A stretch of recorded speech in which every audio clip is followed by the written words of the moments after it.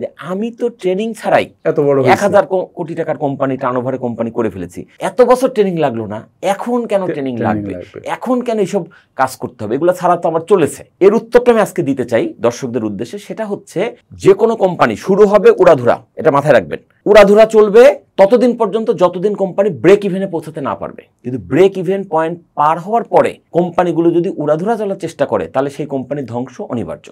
অতএব এটা একটা ইন্ডিকেশন, ব্রেক ইভেন পয়েন্ট পার হওয়ার পরে তোমার উড়াধুরা সিস্টেম বাদ দিয়ে তোমাকে নিয়মতান্ত্রিক উপায়ে কোম্পানিকে এগিয়ে নিতে হবে, তাহলে তোমার কোম্পানি সার্ভাইভ হবে। আর নিয়মতান্ত্রিক উপায়ের মধ্যে আসবে সঠিক মানুষকে সঠিক জায়গায় বসানো, সঠিক দায়িত্ব পালন করার সুযোগ দেওয়া, পর্যাপ্ত ট্রেনিং করানো, পিপুলকে ডেভেলপ করানো, ইন্টারনাল রিসোর্সকে ডেভেলপ করে করে উপরে তোলা, এই জিনিসগুলো এগুলো হবে ব্রেক ইভেন পয়েন্ট পার হওয়ার পর।